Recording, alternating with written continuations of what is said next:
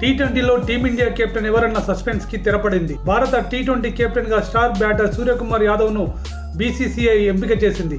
July 27 నుంచి శ్రీలంకతో జరగనున్న టీ20 సిరీస్ తో భారత కెప్టెన్ గా సూర్యకుమార్ ప్రయాణం ప్రారంభం కానుంది.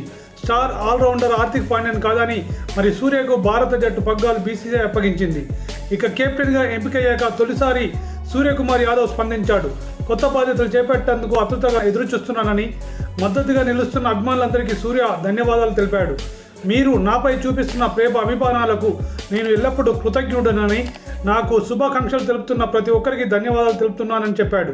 గత కొన్ని రోజుల నుంచి అంతా కలగానే ఉంది.